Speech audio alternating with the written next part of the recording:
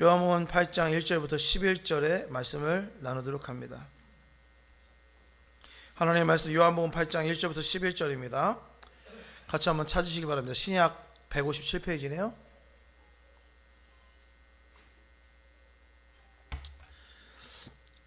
제가 한 절 여러분이 한 절 교독하도록 합니다. 예수는 감람산으로 가시니라.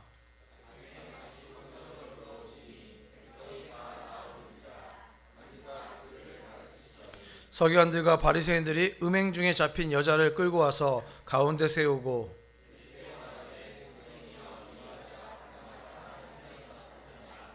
모세는 율법에 이러한 여자를 돌로 치라 명하였거니와 선생은 어떻게 말하겠나이까.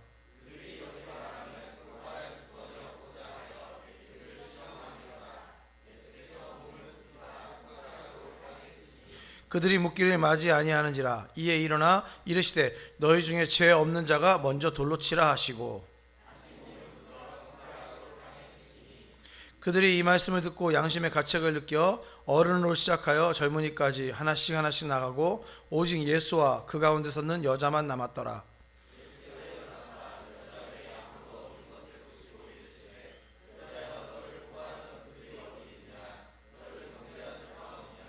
같이 읽습니다. 대답하되 주여 없나이다. 예수께서 이르시되 나도 너를 정죄하지 아니하노니 가서 다시는 죄를 범하지 말라 하시니라. 아멘. 요한복음 8장 1절부터 11절의 말씀을 가지고 가늠한 여인과 예수님이라는 제목으로 하나님의 말씀을 나누고자 합니다. 불륜의 현장이었던 것 같아요. 가늠의 현장인데 그 가늠한 현장에서 한 여인이 잡혀서 예수님 앞에 끌려 나오지요.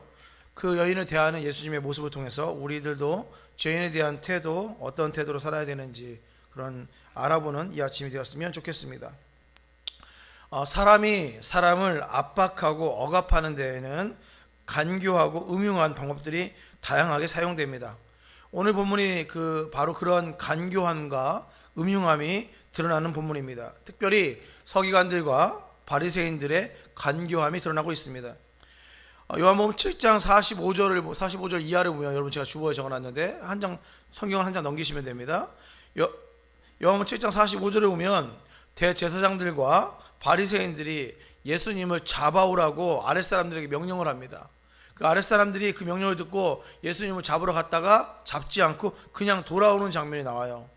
이런 아랫사람들의 행동을 봤으면 더 이상 그 더러운 행동을 하지 말고 좀 회개하는 모습을 좀 보고 생각을 좀 바꾸는 모습을 보여줘야 되는데 이 종교 지도자들은 더 흉악하고 간교한 방법으로 예수님을 잡으려고 예수님을 핍박하려고 그물을 치기 시작해요. 오늘 본문은 그 그물 중에 하나예요. 그물. 그러니까 그물, 덫, 함정 다 같은 계략, 모략 다 같은 것이죠. 그렇게 예수님을 잡으려고 노력하는 중에 있습니다. 전날 밤에 예수님은 감람산에 있었어요. 감람산에서 지내시다가 아침에 다시 예루살렘 성전으로 오십니다. 성전에서 가르치고 계셨어요. 그런 다음에 얼마 후 성전 뜰하는 한 곳에서 바리새인들과 서기관들이 한 여인을 잡아서 끌고 예수님을 나오는 것을 주님께서 목도하십니다. 지금 장면이 그런 장면입니다. 가늠하다 현장에 잡힌 여인을 끌고 주님께 나온 장면이에요.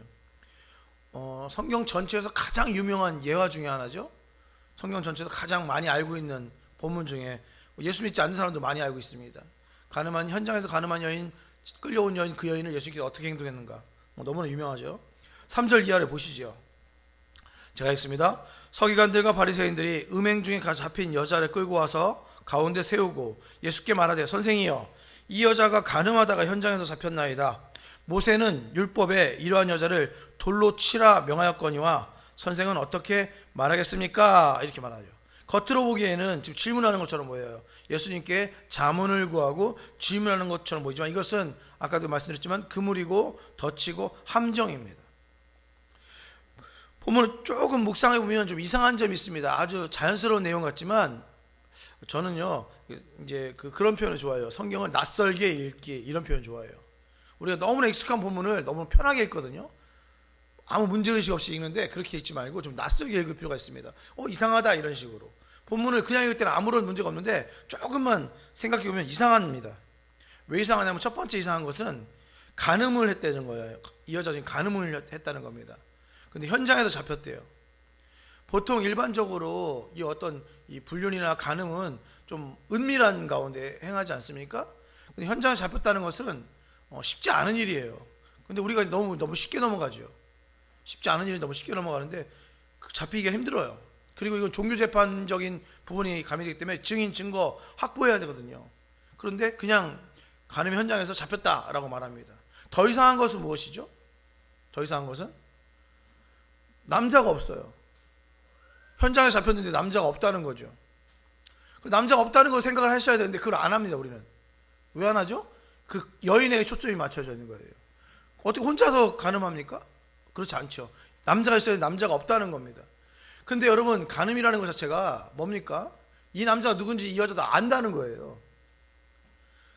예루살렘 성이 엄청 큰 대전처럼 큰 도시가 아니었어요. 그냥 조그만한 도시였어요. 그러니까 그 남자 찾으려고 마음만 먹으면 금방 잡습니다. 근데 그런 의도가 없어요. 전혀 없어요. 그 남자가 누구인지, 그 남자를 잡으려고 하는 이런 거 전혀 없고, 그냥 한 여자, 몰빵이라고 하죠. 몰빵. 한 여자한테 다 덤탱이 씌우고 한 여자에게 모든 것을 다 넘기는 그런 모습. 뭘 봤을 때 이제 합리적 의심이죠. 합리적 의심. 저는 이것은 음모가 아닌가라고 생각합니다. 누군가가 계략에 의해서 한 남자가 한 여자와 관계를 맺었고 그 현장을 덮치고 그리고 종교 지도자들이 그 여자만 잡아온 것이라고 저는 개인적으로 생각합니다. 정확하게 잘 몰라요. 제가 그때 당시 사람이 아니라 그 현장에 있었던 것이 아니라 정확하게 모르지만 제가 생각할 때는 그랬을 가능성이 높다. 그런 합리적 의심을 해봅니다. 왜 그럴까요?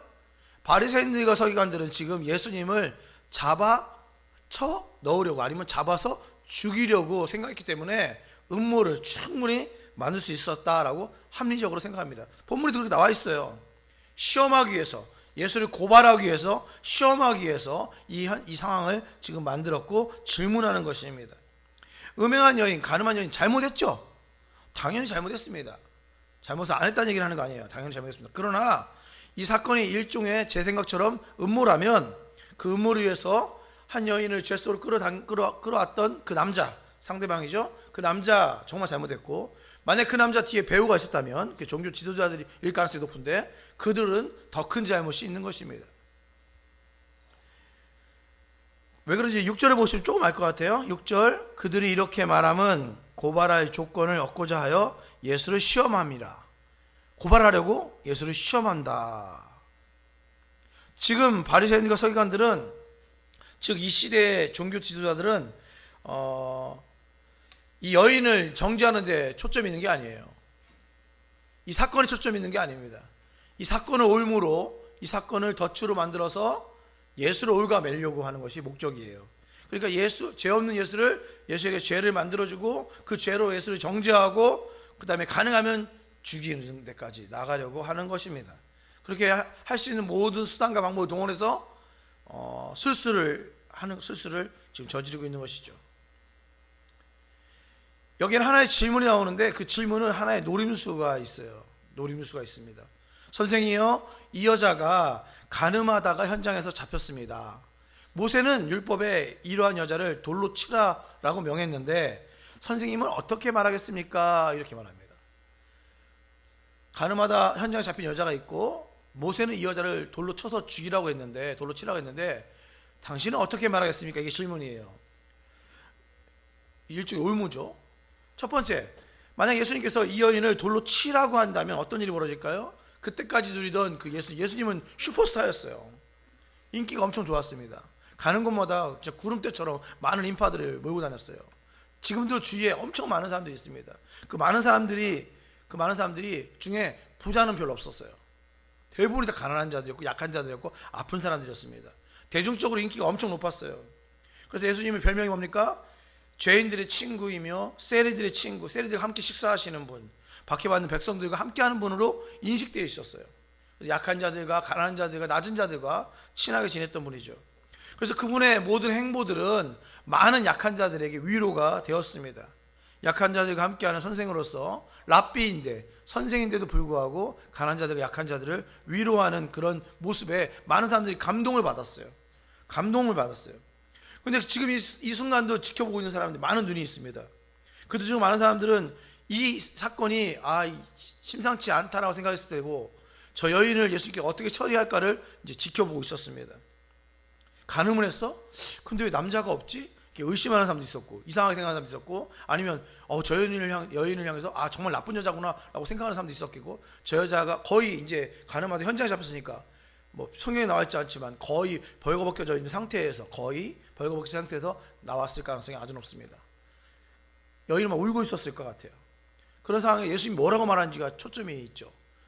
율법에처럼 돌로 쳐라 그러면 다른 랍비들과 다른 선생님들과 다를 바가 없어서 이제 실망할 가능성이 아주 높습니다. 약한 자들 입장에서 볼 때 실망할 가능성이 아주 높습니다. 반대로 예수님께서 이 여인에게 돌을 던지지 말라, 이 여자가 너무 불쌍하다, 뭐 이런 식으로 반응을 한다면, 바리새인과 서기관들은 눈에 불을 켜고 목숨을 걸고 달려들어서 예수님을 바로 종교 재판에 넘길 가능성이 높습니다. 그리고 그 재판을 통해서 예수님을 처벌할 가능성이 높습니다. 당신은 율법을 지킨다고 말을 하면서 왜 하나님의 법을 어기느냐? 율법에는 분명히 이런 여자는 돌로 치라고 했는데 왜 너는 치지 말라고 하느냐? 무슨 권한으로 율법을 어기느냐? 네가 모세보다 크냐? 뭐 이런 식으로 따지고 종교 재판을 통해서 가능하면 자기들 법대로 예수님을 죽이려고까지 했을 가능성이 아주 높습니다. 여기에 딜레마가 있는 거예요. 대답하기가 아주 힘든 상황인 것이죠. 돌로 치라 할 수도 없고 치지 말라고도 할 수 없는 그 딜레마가 있습니다. 이렇게 말하든 저렇게 말하든 함정에 빠질 수밖에 없는 상황이죠. 사랑하는 성도 여러분, 우리는 신앙인입니다. 우리 신앙인이라고 그래요. 우리를 향해서 종교인이라고 하지 않습니다. 종교인과 신앙인의 차이를 좀 알았으면 좋겠어요. 종교인은 율법이나 교리에 냉정하게 반응하고 그것이 다인 것처럼 행동하는 사람은 종교인이라고 그래요. 신앙인은요, 율법이나 교리가 있어요. 그런데 거기에 뭘 더합니다. 마치 조미료처럼 더해요. 뭘 더하냐면 인간미를 더해요. 인간미. 신앙인이에요. 신앙인은 율법과 교리 외에 인간미를 더하는 사람들이에요. 저는 그렇게 생각합니다. 막 무슨 잣대를 들이댄 것처럼, 아니면 무슨 기계적으로 율법에 이러니까 딱딱 지켜야 된다 이렇게 말하는 사람들은 종교인이라고 합니다. 신앙인은 거기에 인간이라면 어떻게 해야 될 것인가를 생각을 같이 해야 돼요. 그게 참 중요합니다. 율법과 교리는 율법과 교리를 위해서 존재하는 게 아니라 율법과 교리는 인간을 위해서 존재하기 때문에 그렇습니다. 그러니까 거기에 인간미가 있어야 돼요. 저는 우리 교회가 인간미가 있어서 참 좋아요. 우리 교회가 가끔 너무 인간미가 있어서 좀 문제가 있긴 하지만 인간미가 있어서 참 좋습니다. 여러분, 조금 전에 봤던 그 바리새인이 누굽니까? 바리새인들이 누구죠? 성경 전체에서 율법을 가장 잘 지키던 사람들이에요. 누구보다 경건하게 살았던 거룩의 대명사들입니다. 거룩의 대명사가 바로 바리새인들이죠. 그 서기관들은 누굽니까? 성경 전체에서 누구보다 성경을 많이 아는 사람들이에요. 그리고 또 그들은 성경을 연구하고 가르치는 일을 했던 사람들입니다. 눈으로 보기에는 이들보다 더 신앙적인 사람이 없어요. 바리새인과 서기관들처럼 신앙적인 사람은 없습니다. 그러나 그들은 지금 자신들이 알고 있는 모든 지식과 지혜를 총동원해서 예수를 죽이려는데, 예수를 잡으려는데 모든 방법을 다 동원합니다. 음모를 만드는데 혈안이 되어 있어요. 이들의 경건생활과 이들의 성경 공부는 명분에 불과합니다. 예수를 죽이려는데, 잡으려는데 명분에 불과합니다. 그러니까 모세를 들먹이고 율법을 들먹여서 예수를 이제 벌하려고 하는 것이죠. 왜 그럴까요? 왜 서기관들과 바리새인들이 왜 이렇게 예수를 잡으려고 혈안이 되었을까요? 이유는 아주 간단합니다. 그것은 바로 자기들의 기득권을 빼앗기기 싫어서 그렇습니다. 모든 것을 다 갖고 있었어요. 돈이며 명예며 권세며 다 가지고 있었어요. 그런데 그들에게 생뚱맞게 나사렛의 한 시골에 한 청년이 나타나서 그 청년이 그 모든 것을 흔들어 버립니다. 가지고 있던 모든 것을 흔들어 버리는 거예요. 자기들의 권위에 도전하고 자기들이 갖고 있는 돈과 명예, 인기에 도전하는 것이죠. 열받죠. 당연히 열받죠. 그래서 하여튼간 올무에만 걸리기를 기다리고 있고 그 올무를 잡고서 죽이려고 하는 그러한 결의를 하게 되는 거죠. 아무튼 이런 복잡한 상황 속에서 예수님은 이 딜레마를 극복하시는데 어떻게 극복하시는지 잠깐 보겠습니다. 예수님은 요 부분은 생각하고 넘어가셔야 돼요. 예수님은 가늠한 여인을 보면서 그 죄를 가볍게 생각하고 그 죄는 아무것도 아니야 이렇게 반응한 것이 아니에요. 죄의 문제는 늘 예수님은 진중하게 처리합니다. 왜 그러죠? 결국 예수님이 십자가에 달려 돌아가신 이유는 죄 때문에 돌아가신 거거든요. 죄의 문제를 가볍게 처리하시는 분은 아닙니다. 여러분 너무 쉽게 용서함 받는다고 생각하지 마십시오. 아니에요. 용서하면 쉽게 되는 것은 아닙니다. 늘 이야기하지만 하나님의 입장에서나 예수님의 입장에서 죄의 문제는 절대로 가볍게 처리할 문제가 아니에요. 아주 진중하게 신중하게 처리해야 될 부분입니다. 하여튼 이 여자가 이 여자를 처리하는 데서 예수님은 가볍게 처리하지 않는다는 걸 기억하시고, 이 딜레마를 극복하기 위해서 예수님이 어떻게 하는지 6절로만 보시죠. 6절 중간부터 보십니다. 6절 중간입니다. 예수께서 몸을 굽히사 손가락으로 땅에 쓰시니 그들이 묻기를 맞이 아니하는지라. 이에 일어나 이르시되 너희 중에 죄 없는 자가 먼저 돌로 치라 하시고 다시 몸을 굽혀 손가락으로 땅에 쓰시니. 유명한 책 중에 땅에 쓰신 글씨라는 책도 있어요. 땅에 쓰신 글씨. 예수님이 땅에다 글을 쓰고 있었어요.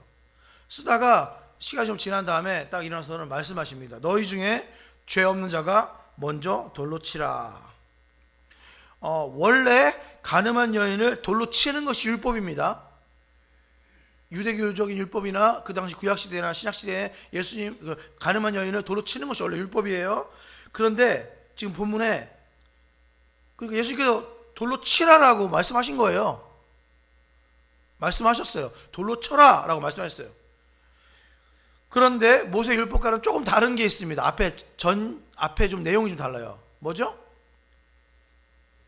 죄 없는 자가 먼저 칠 사람이 있는데 누가? 너희 중에 죄 없는 자가 먼저 돌을 쳐라 이렇게 나와 있어요. 이렇게 말씀하십니다. 원래 돌로 치는 게 맞아요. 율법에 그렇게 써 있어요. 모세 율법을 어기지도 않았어요. 돌로 치라고 했잖아요. 근데 모세는 말하지 않은 내용을 이야기합니다. 너희 중에 죄 없는 자가 먼저 돌로 치라. 죄 없는 자가 누구일까요? 성경 전체에서, 아니 우리가 알고 있는 한도에서 죄 없는 자는 예수 그리스도 한 분이시잖아요. 예수님만이 죄가 없잖아요. 나머지는 다 죄인이죠. 뭐 저를 포함해서 우리 모두 다 죄인이죠. 다 죄인이죠.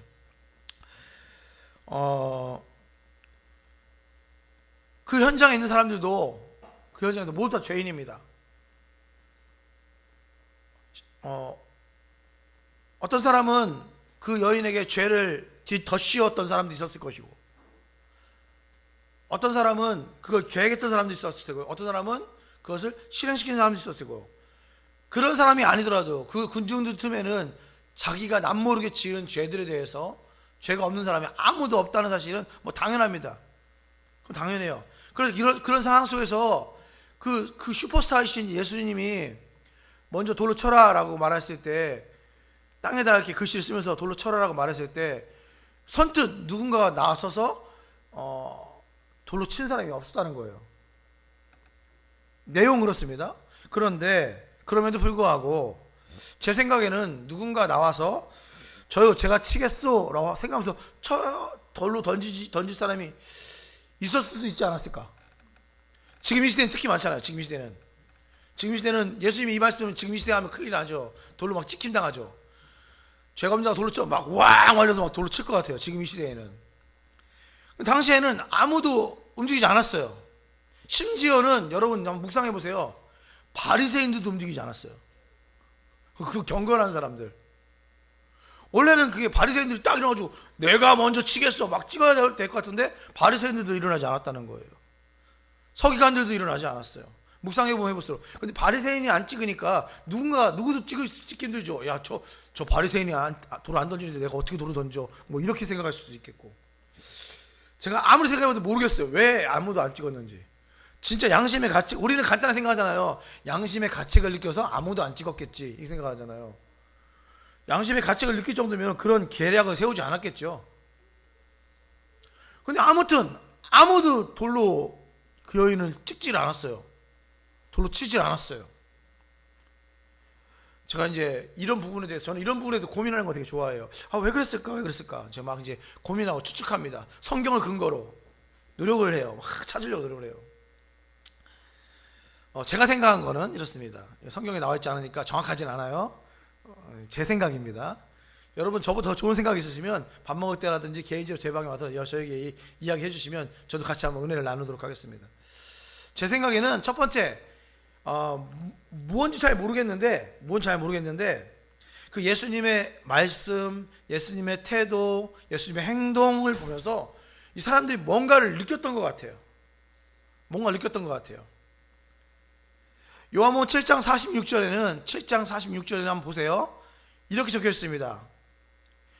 예수님을 잡으러 갔던 아랫사람들이, 요한복음 7장 46절에는 예수님을 잡으러 갔던 아랫사람들이 예수님을 잡아오지 않은 이유가 뭐냐면, 이 사람처럼 예수님처럼 말한 사람은 이때까지 지금까지 없었습니다예요. 이렇게 말하는 사람은 지금까지 없었습니다. 그러니까 이제 바리새인과 서기관들, 대제사장과 서기관들, 바리새인들이 아랫사람을 시켜서 예수를 잡아오라고 시켰는데, 그들이 가서 이렇게 이 사람을 봤는데 30살 먹은 청년이에요. 근데 그 사람을 딱 봤는데 이 사람의 어떤 풍기는 모습이라든지 태도나 이런 말이 성경에 지금까지 이때까지 이렇게 말하는 사람이 없었습니다 라고 써있거든요. 무슨 말입니까? 지금 누구한테 얘기하는 거야 이거를? 대제사장과 바리새인과 서기관들한테 하는 얘기잖아요. 당신들도 그렇게 말한 적이 없어 이런 뜻이에요. 당신들 수준보다 높아 이런 뜻이거든요. 이 30밖에 안 된 이 청년이 당신보다 훨씬 나아, 심지어 이렇게 말하는 사람이 아무도 없었어 라고 아랫사람들, 표현하자면 천한 사람들이죠. 그 아랫사람들이 그렇게 말을 했다는 거예요. 그러면 무슨 그 어떤 말의 권세라든지 풍기는 태도, 모습, 그윽한 눈빛, 뭔지 모르겠지만 뭔가 다른 거였어요. 이것을 우리가 좀 포장을 하면, 예쁘게 포장하면 그것을 뭐라고 말하죠? 그 예수님의 모습에서 무엇을 봤다? 하나님의 영광을 봤다. 아니면 예수님 모습을 통해서 하나님의 권세, 하나님의 권위가 느껴졌다. 이렇게 이해할 수가 있는 거죠. 대제사장과 바리새인들과 서기관들에게서 느껴지지 않았던 그 무엇인가가 느껴졌다는 거예요. 그렇게 이해할 수가 있어요. 그런 다음에 그 밑에 보면은 47절에 바리새인들이 뭐라고 말하냐면 이렇게 말합니다. 너희도 미혹되었느냐? 너희도 속았냐? 너희도 거기에 그 속임수에 당했냐? 그 거짓말에 미혹됐느냐? 라고 이야기를 하죠. 무슨 말입니까? 무언가 예수님이 말만 하면 미혹된다는 거예요. 사람들이. 이 사람들만 미혹된 게 아니라 많은 사람이 미혹됐어. 심지어는 자기 아랫사람, 충복이죠. 충복도 미혹될 정도였다는 거죠. 미혹되었느냐? 이게 바리새인들 입장에서는 미혹이지만 우리들 입장에서는 뭐예요? 그 뭐라고 말하죠 우리? 은혜 받았다. 우리 그렇게 얘기하잖아요. 은혜 받았다. 여러분은 미혹대로 나오셨잖아요. 여기 미혹대로. 예수님처럼 살아야지라고 미혹대로 나오셨는데, 그걸 좋은 말로 말하면, 우리 말로 말하면 은혜 받았다. 예수님처럼 살아야지. 이렇게 말하죠. 이제 은혜 받았다. 말씀의 권능, 말씀의 파워가 느껴진다. 무언가 잔잔하게 이야기하지만 그 잔잔함에서 어떤 그 고요함에서 어떤 파워가 느껴진다. 뭐 이렇게 표현할 수가 있겠죠. 제 첫 번째 추측이고요. 두 번째 추측은 요한복음 8장 6절에서 8절에 있는 땅에 쓰신 글씨입니다. 저는 그 내용이 무엇인지 모릅니다. 여러분도 모르죠? 아시는 분 있으면 나중에 저한테 찾아와서 이야기를 해주셨으면 좋겠습니다. 어떤 주석가들은 앞에 서 있는 사람들이 죄를 적으셨다 뭐 이렇게 썼는데 1번 너는 무슨 죄, 2번 너는 무슨 죄 이렇게 했다는 사람도 있는데, 아니면 그 여인을 끌고 왔던 사람들의 이름을 적었다 뭐 이럴 수도 있겠지만 무엇을 적었는지 몰라요. 여러분 혹시 그거 아세요? 이 본문이 성경 전체에서 예수님이 글을 썼다는 유일한 본문인 거 아세요? 예수님이 글을 썼다는 유일한 본문이에요. 그러니까 너무 궁금하잖아. 너무 감사해요. 저는 그걸 땅에다 써가지고. 그걸 만약에 종이에 썼으면 그 종이가 얼마짜리가 되겠어 지금 이 시대에. 만약에 그 종이에 써서 남겼으면 아마 난리가 났겠죠. 그렇죠? 우리 조선시대 도자기 하나 가지고 얼마나 난리입니까? 근데 이 만약에 예수님이 종이에 썼으면 아마 진짜 텔레그라피 딱 예수님께서 텔레그라피 딱 종이에 썼으면 대박이었을 것 같아요. 대박. 글씨는 제 생각에 못 썼을 것 같아요. 제 생각에는 잘 썼으면 심각해져요. 예수님이니까 잘 썼다 뭐 이럴까봐. 악필이었을 가능성이 높습니다. 제 생각에는 그렇습니다. 아무튼 무엇인지 내용은 모르지만 뭐 썼어요. 그 내용이 무엇인지 속 시원하게 대답하는 어느 누구도 없어요. 어느 신학자 아무도 없어요. 아무도 없어요.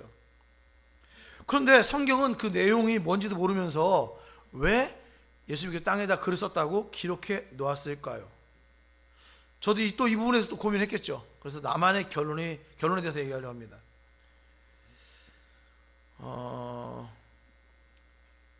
예수님께서 가늠한 여인과 사람들 가운데에서 땅에 무엇인가를 적으셨다. 그것도 성경을 자세히 보면 짧은 시간 적은 게 아니에요. 예수님이 한참을 적고 있다가 갑자기 이야기를 합니다. 너희 중에 죄 없는 자가 먼저 돌로 치라 라고 말하고 또 고개 숙이고 또 적어요. 이렇게 적어 있어요. 근데 사람들이 하나 둘 다 떠나간 다음에 그때서야 고개를 들고 여인을 보고서 이야기를 합니다. 어디 갔느냐 이렇게 말하는 거죠. 한참을 적었어요. 한껏 고조된 분위기였을 것입니다. 그때 당시에 아마 고성이 오고 갔을 가능성이 아주 높아요. 누군가는 예수님께 질문하고 소리치고 누군가는 그 여인을 향해서 소리 질렀을 것이에요. 아마 어떤 사람은 이 여인의 디펜스하는 사람이 있었을지 모르겠지만 이 여인의 입장에서 고민했을 수도 있고, 그리고 이 여인은 소리 질러서 울었을 가능성이 아주 높아요. 살려달라고 아마 애원했을 가능성도 아주 높아요. 장면이 아주 동적입니다. 다이나믹한 장면이죠.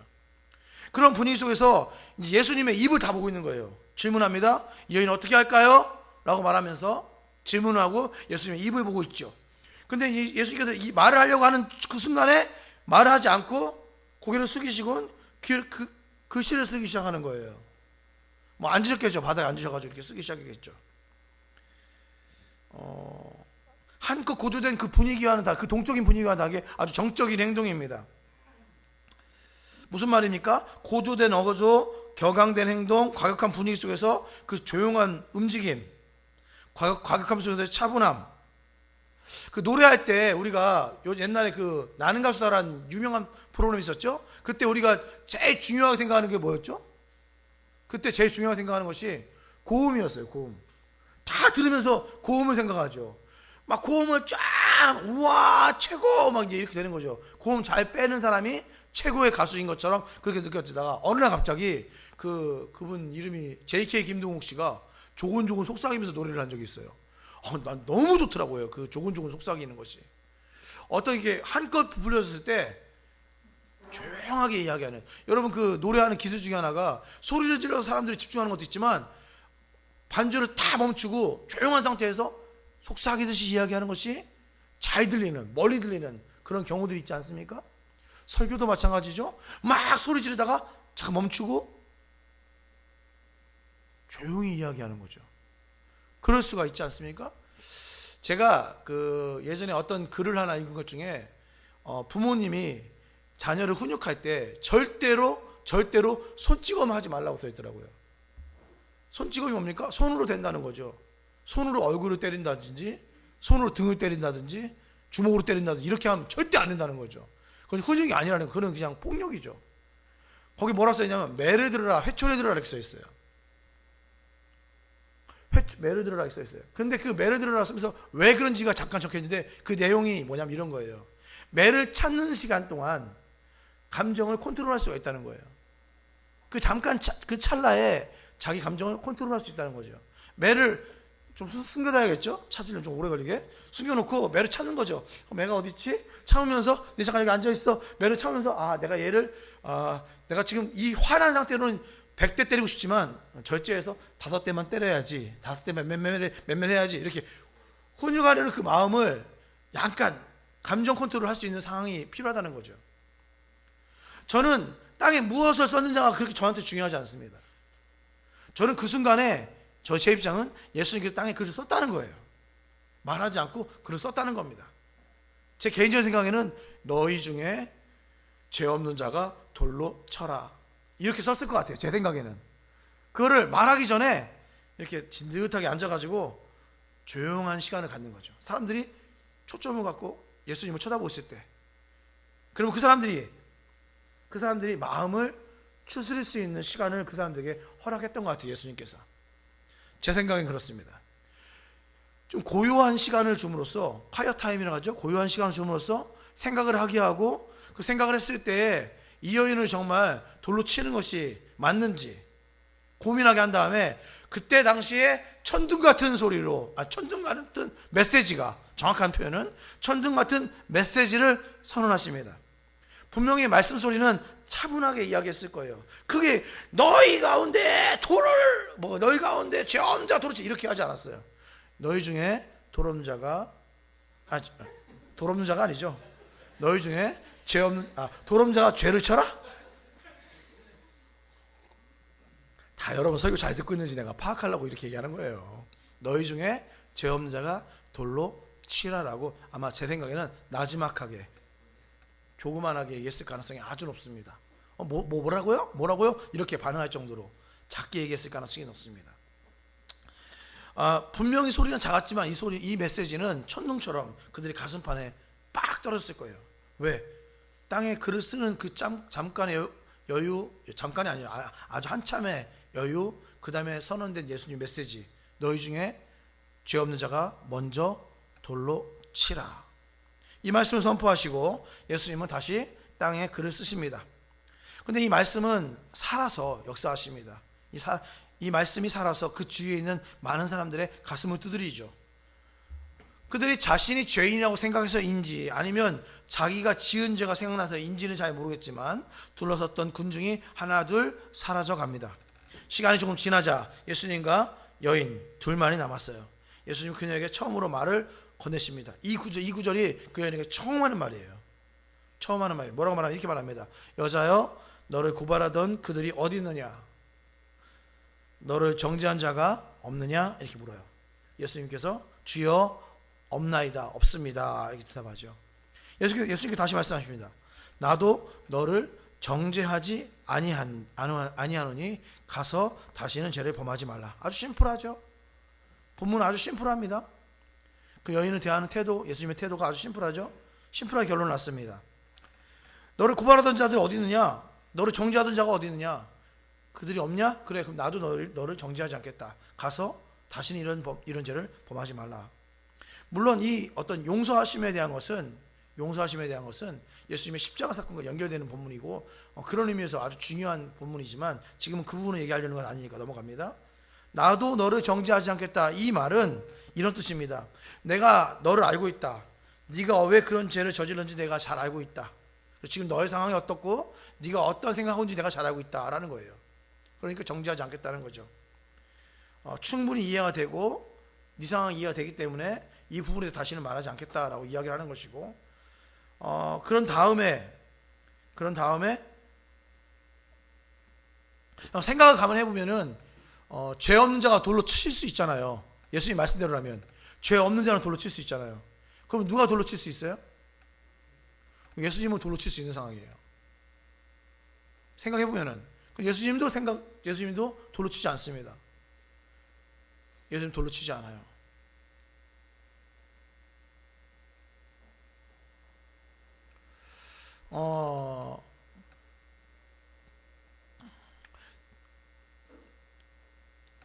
얘기하면 교계에서 아주 문제가 될 것 같아서 얘기하지 않고 넘어갈게요. 나도 너를 정죄하지 않겠다. 이 장면을 다 지켜보던 그 여인은 무슨 생각을 했을까요?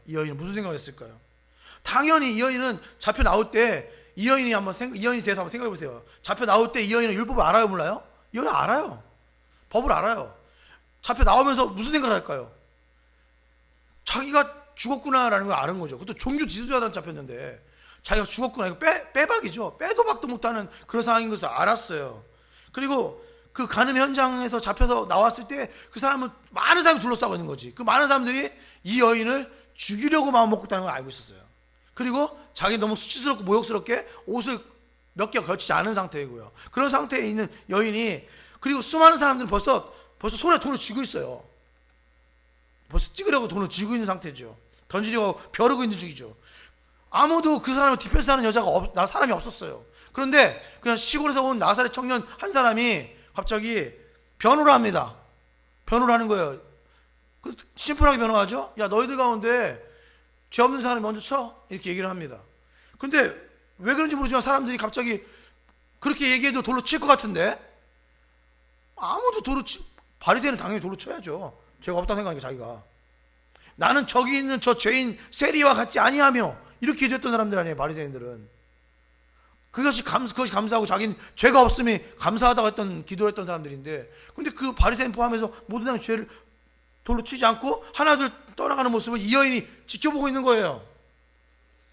예수님은 잘 안 봤던 것 같아요. 글씨 쓰느라고 정신이 없으셔가지고 막 열심히 글씨 쓰고 있는데 그 고개 딱 들면서 야 사람들 어디 갔냐 그러니까 다 갔는데요. 이제 이렇게 된 상황이잖아요. 이 여인이 어떤 생각을 했을까요? 뭐 엄청 울었을 것 같아요. 한 명 한 명 떠나가는 모습 보면서 제일 처음에는 살려달라고 울었을 것 같고, 점점 시간이 지나면서 이 사람들이 왜 가지라고 생각하면서 내가 지금 어떻게 보면 표현하자면 이 죄의 문제가 해결되는구나, 용서함 받았구나, 이런 어떤, 그래서 막 울었을 것 같아. 그때 예수님께서 이제 질문하죠. 야, 다 어디 갔냐? 다 갔습니다. 이게 웬 은혜입니까? 이게 웬 은혜예요? 그 은혜의 깊이를 감당할 수가 없는 거죠. 난 죽을 수밖에 없는 존재구나 라고 생각했을 때 주께서 찾아오시고 야 괜찮아, 내가 너를 용서할게 라고 말할 때 너무 감격하는 거죠. 감격하는 거죠. 마치 사단 마귀가 우리를 공격하고 괴롭히려고 할 때 우리들을 묵묵히 지켜주시면서 한마디 툭 하는 거죠. 야, 얘는 내 거니까 아무도 건드리지 마 라고 사단 마귀한테 말하는 예수님처럼 구원의 깊이를 느끼게 되죠.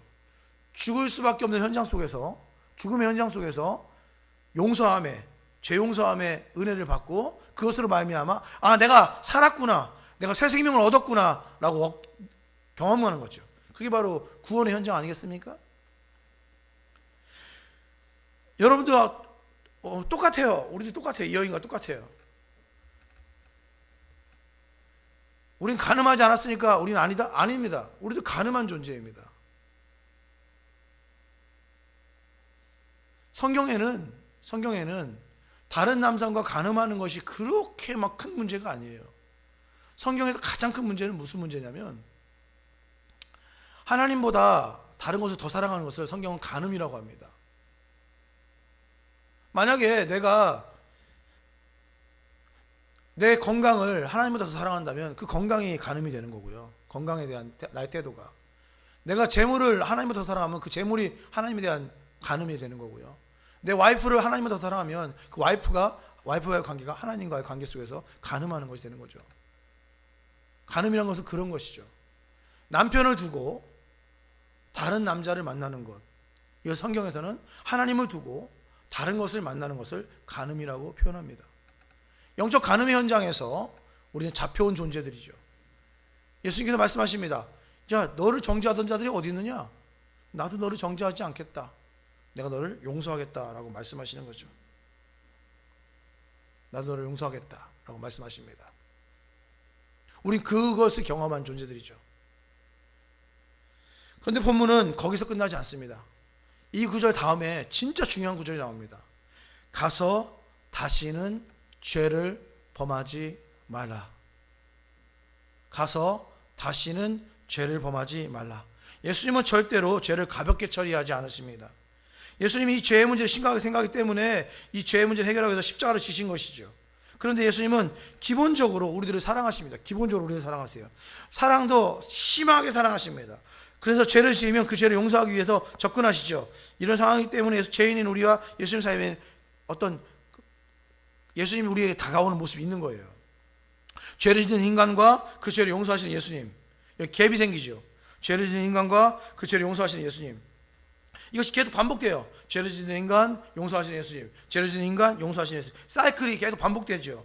그 이유는 예수님 우리를 너무너무 사랑하시지만, 나를 너무너무 사랑하시지만 그 죄는 사랑하지 않기 때문에 죄 문제를 해결하시려고 죄를 싫어하세요. 그래서 그 문제를 해결하시려고 합니다.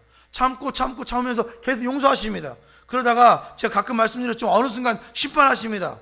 우리 주님은 진짜 오래 참는 분이세요. 오래 참는 분이세요. 그러나 영원히 참지는 않습니다. 어느 순간 심판하시죠. 그러니까 그러기 전에 예수님이 참으실 때 돌아서서 성경대로 가서 다시는 죄를 범하지 말라.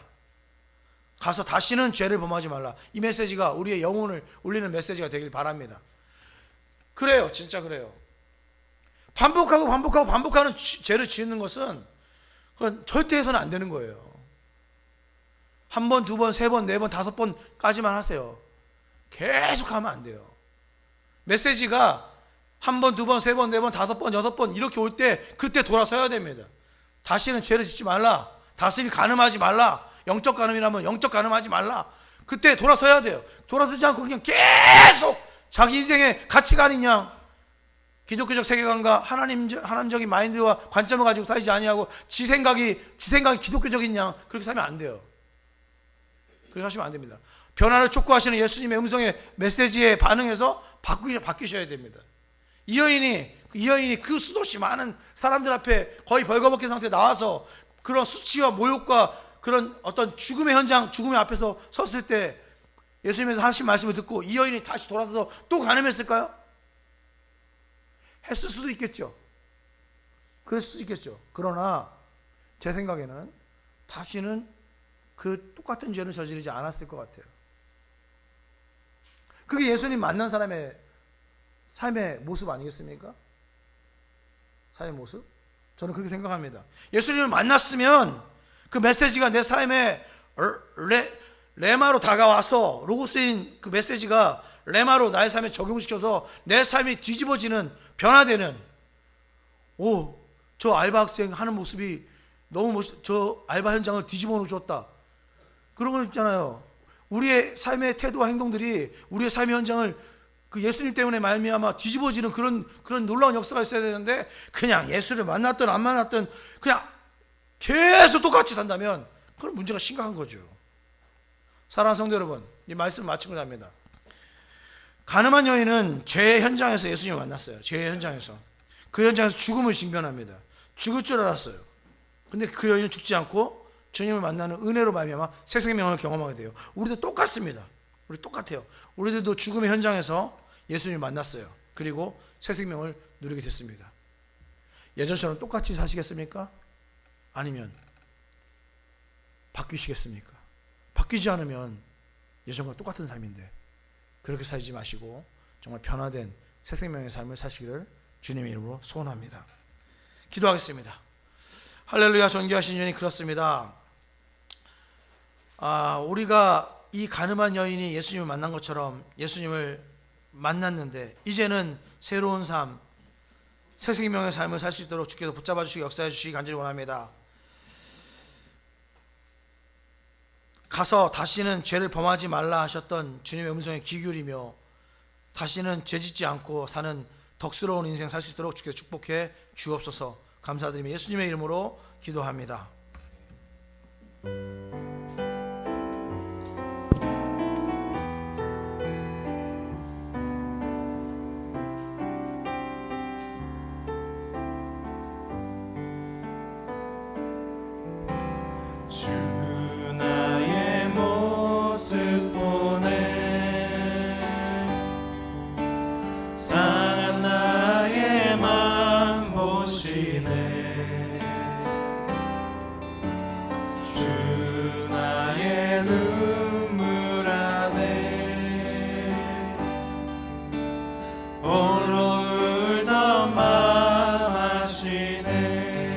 사랑 내게 있네.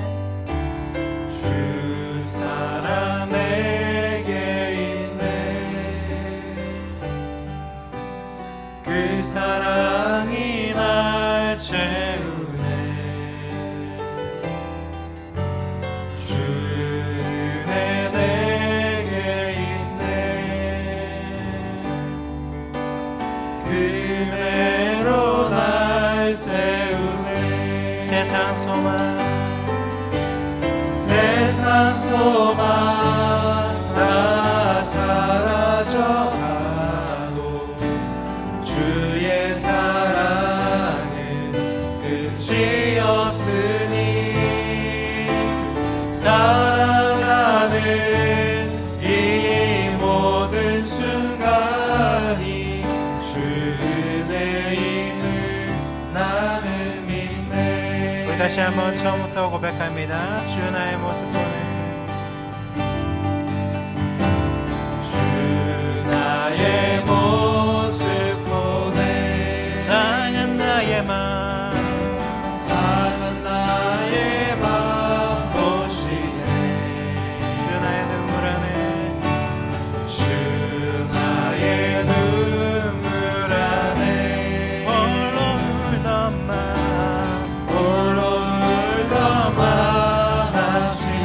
주 사랑 내게 있네.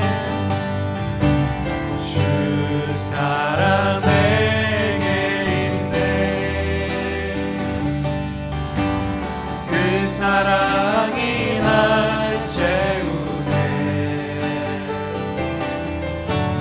주는 내게 있네. 주님의 은혜로 날 채우네. 세상 소망 세상 소망 다 사라져가도 주의 사랑은 끝이 없으니 살아가는 이 모든 순간이 주의 힘을 우리 목소리 높여 찬양합니다. 세상 소망 세상 소망 사라져가도 주의 사랑은 끝이 없으니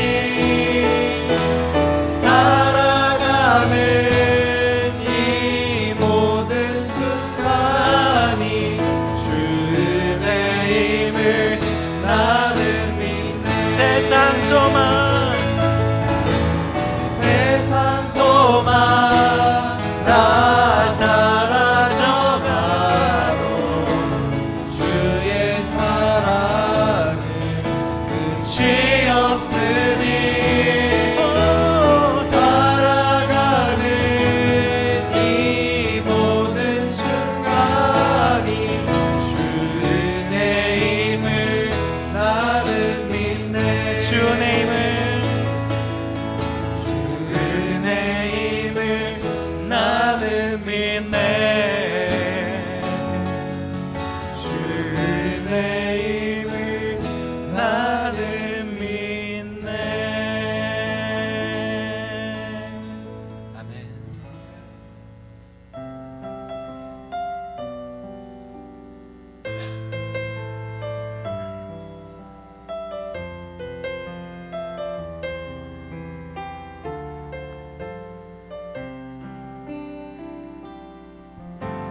주를 바라며 구한 모든 것 꺼낼 수 없는 마음도 주님 듣고 계시네.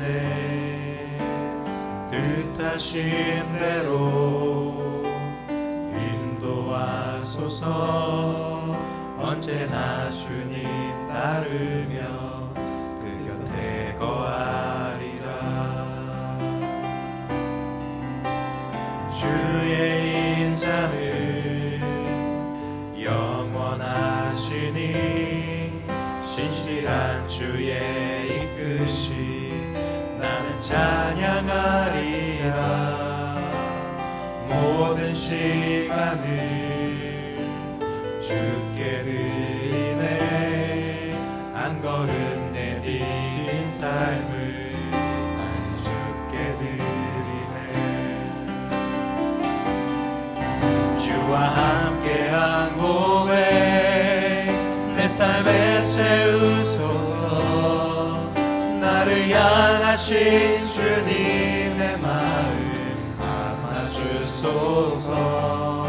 주의 품으신 계획 온전히 이루소서. 나의 삶의 결이 주의 길을 함께하소서. 주의 인자는 영원하시니 주의 인자는 영원하시니 신실한 주의 이끄심 나는 찬양하리라. 모든 시간을 주께 드리네. 한 걸음 내디딘 삶을 나의 주께 드리네. 주와 함께한 고백 주와 함께한 고백 내 삶에 채우소서. 향하신 주님의 마음 담아주소서. 주의 부르신 계획 온전히 이루소서. 나의 삶의 결이 주의 길을 함께 하소서.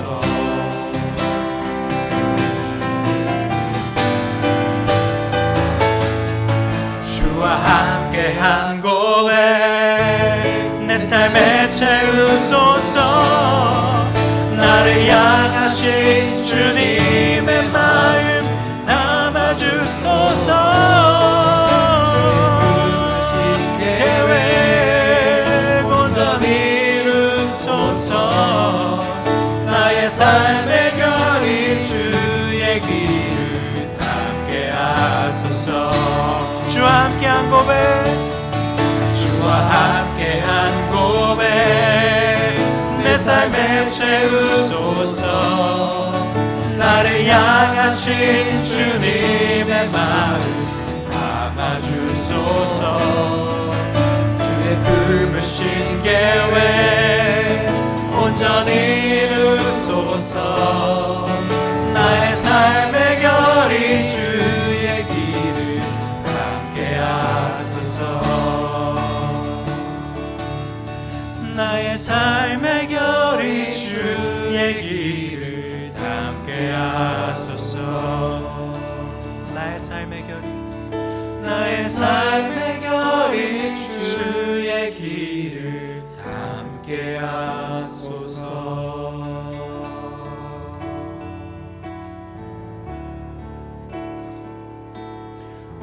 오직 주의 사랑에 매여 내 영 기뻐 노래합니다. 이 소망의 언덕 기쁨의 땅에서 주께 사랑 드립니다. 오직 주의 임재 안에 갇혀 내 영 기뻐 찬양합니다. 이 소명의 언덕 거룩한 땅에서 주께 경배드립니다. 주께서 주신 모든 은혜 나는 말할 수 없네. 내 영혼 즐거이 주 따르렵니다. 주께 내 삶 드립니다. 우리 다시 한번 처음부터 고백합니다. 오직 주의 사랑에 매여 오직 주의 사랑에 매여 내 영 기뻐 내 영 기뻐 노래합니다. 이 소망의 언덕 기쁨의 땅에서 주께 사랑 드립니다.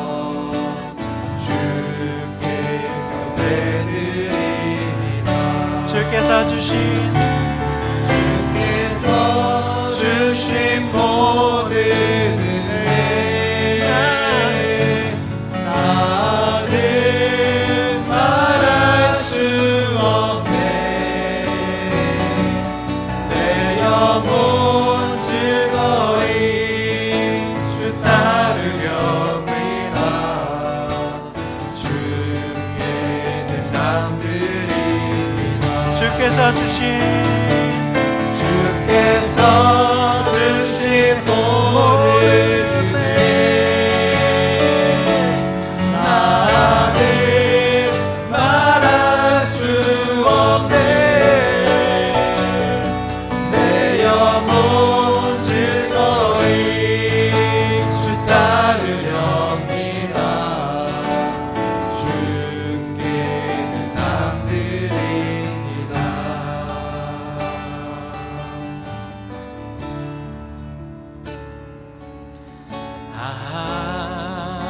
하나님의 은혜로 있을 데 없는 자 왜 구속하여 주는 지나갈 수 없도다. 내가 믿고 믿고 또 의지함은 내 모든 영역 아시는 주님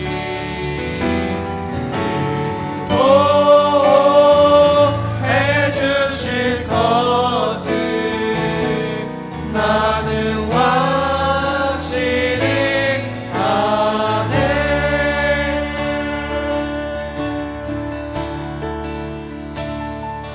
왜 내게 굳세 믿음과 또 복음 주셔서 내 맘이 항상 변하지 않을 수 없고 왜 내게 성령 주셔서 왜 내게 성령 주셔서 내 마음을 감동해 주 예수 믿게 하는지 주 예수 믿게 하는지 나날 수 없도다. 내가 믿고 또 의지함은 내 모든 형편 아시는 주님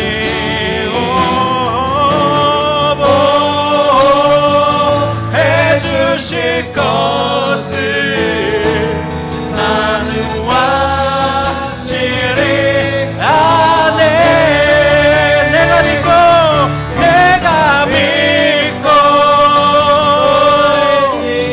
또 의지함이 내 모든 영역 주님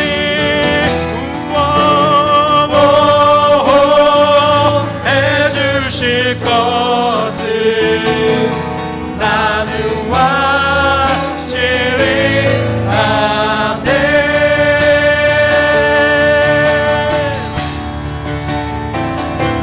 주께서 주신 모든 은혜 나는 말할 수 없네.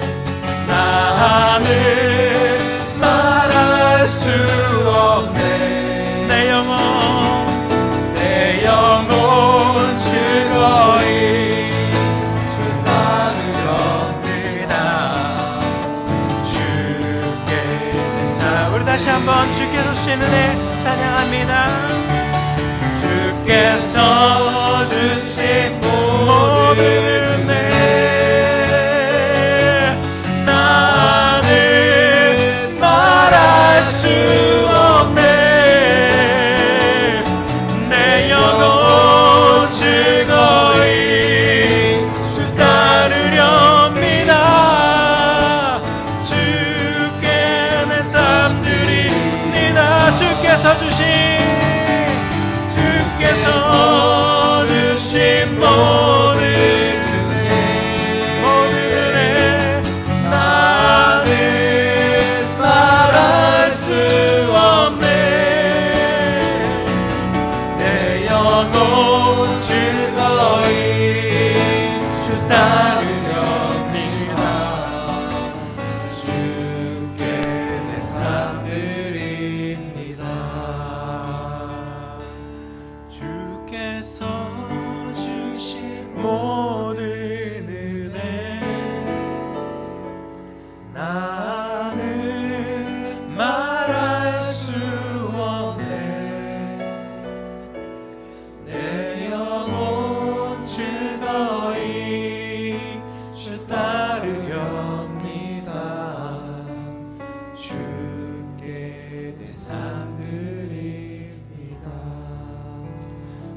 기도할 때 주님, 가늠한 여인보다 더 많은 죄를 저지른 우리에게 그 은혜를 베푸셨는데, 우리가 고백한 찬양 가사처럼 내 삶 주께 드리고 주로 온전히 따를 수 있을지, 너무나도 약한 우리 마음이 이 시간 주님께 그렇게 기도드릴 수 있을지 너무나 두려운 마음을 가지고 이 시간 기도하기 원합니다. 주님, 주님께 우리 삶 드리는, 우리 삶을 좀이라도 주님 앞에 드릴 수 있는 그런 마음 품게 하시고, 그런 예배로, 그런 삶으로, 그런 모습으로 주님께 나갈 수 있도록 이 시간 다시 한번 그 믿음을 허락하여 주시옵소서. 이렇게 우리 주님께 기도하면서 우리 나아가기 원합니다. 하나님 아버지, 이 시간 주님께서 주신 은혜에 보답하는 마음으로 주님께서 다시는 죄를 짓지 말고 살라 하신 우리 그 메시지를 우리가 다시 한번 기억하는 마음으로 이 시간 주님께 기도하고, 오직 우리의 삶을 주님께 드리면서 주님 모습 닮아가며 주님의 아버지 가신 길을 따라가면서 그렇게 살 수 있는 우리가 될 수 있도록 인도하여 주시옵소서. 오직 하나님의 은혜로 우리가 이곳까지 왔고 이렇게 살아가고 있사오니 그 은혜 잊지 않고 주님의 은혜를 아버지 다시 한번 돌이키면서 그렇게 살 수 있는 우리가 되게 하여 주시옵소서. 우리가 온전히 믿고 아버지 우리가 따르는 것은 오직 주님이시오, 세상의 돈과 명예와 기쁨들이 아니면 이 시간 다시 한번 고백하고 나아가오니 우리의 삶이 온전히 주님께 집중할 수 있도록 인도하여 주시옵고, 아버지만 바라면서 주님의 은혜만 생각하면서 살아가는 우리의 삶이 될 수 있도록 주님이시여 인도하여 주시옵소서. 모든 삶 주님께 드리기 원합니다. 주께서 주신 모든 은혜 나는 말할 수 없네. 내 영혼 즐거이 주 따르렵니다. 주께 우리 마음 다해서 다시 한번 찬양합니다. 주께서 주신 모든 은혜 나는 말할 수 없네. 내 영혼 즐거이 주 따르렵니다. 주께 삶 드립니다. 주께 내 삶 드립니다. 삶 드립니다. 그렇습니다. 주님, 주님께 나의 삶을 드립니다. 더러워서 주님은 찬양할 수 없는 존재임에도 불구하고 주께서 우리를 품으시고 사랑해 주시고 용서해 주시고 구원을 선물로 주셔서 그 은혜를 생각할 때 어떻게 말을 할 수가 없습니다. 감당할 수 없는 그 큰 은혜를 우리가 생각할 때 하나님을 찬양하지 않고는 버틸 수가 없습니다. 이제는 담대하게 선언합니다. 주께 나의 삶을 드리고 주님을 따르며 살기를 결단합니다. 다시는 범죄하지 아니하고 죄짓지 아니하고 간음하지 않으며 살겠다 결단하는 마음으로 주님께 기도합니다. 주님, 우리의 삶을 붙잡아 주시고 우리를 붙들어 주셔서 우리를 축복해 주시고 우리가 정말 주의 덕 안에서 주의 복 안에서 살 수 있도록 주께서 붙잡아 주옵소서. 2020년은 정말 거룩한 삶 살 수 있도록 주께서 붙잡아 주옵소서. 감사드리며 예수님의 이름으로 기도합니다. 축도합니다. 이제는 우리 주님 예수 그리스도의 은혜와 그 크신 하나님 아버지의 사랑하심과 성령 하나님의 감화감동 역사 충만하심이 하나님 앞에서 다시는 범죄치 아니하고 정말 거룩한 사람으로 살기를 결단하는 사랑하는 성도님들 머리 위에 이제로부터 영원까지 함께 있을지어다. 아멘.